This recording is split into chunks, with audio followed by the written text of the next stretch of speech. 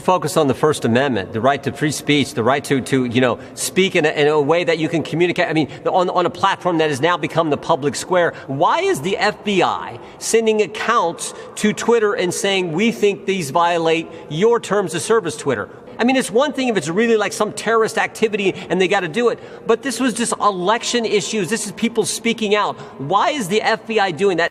Well, why is censorship by surrogate? And that is a phrase that Jim Jordan used. Basically, the FBI knew they had a receptive audience because of who worked at Twitter. And they thought those employees were politically inclined to buy the narrative that the agency was selling, Ashley. Jordan didn't dodge. He didn't rant. He didn't get theatrical. He went straight to the First Amendment, and that alone tells you everything you need to know about where this fight actually is. What Jim Jordan did here wasn't just push back on AOC. He reframed the entire debate in a way that cuts through the noise. This isn't about personalities or partisan scorekeeping or who wins the next news cycle. It's about whether Americans are allowed to speak freely without a shadow system quietly steering the conversation. The most dangerous censorship doesn't come with warning labels or press releases.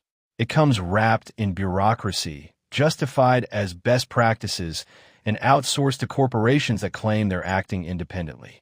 That's why censorship by surrogate is such an important phrase. It names something that's been happening for years, mostly out of public view.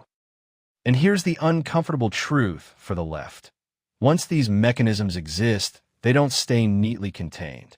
Power never does. If it can be used to suppress one group's speech today, it can be turned on another tomorrow.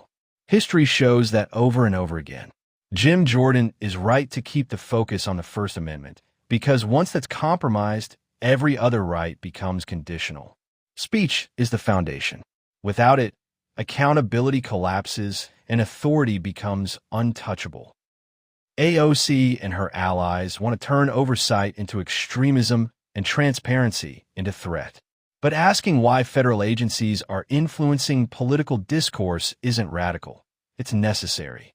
It's what a functioning republic demands.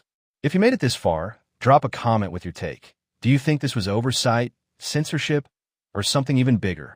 Make sure you like, subscribe, and share this with someone who still believes free speech should actually mean something.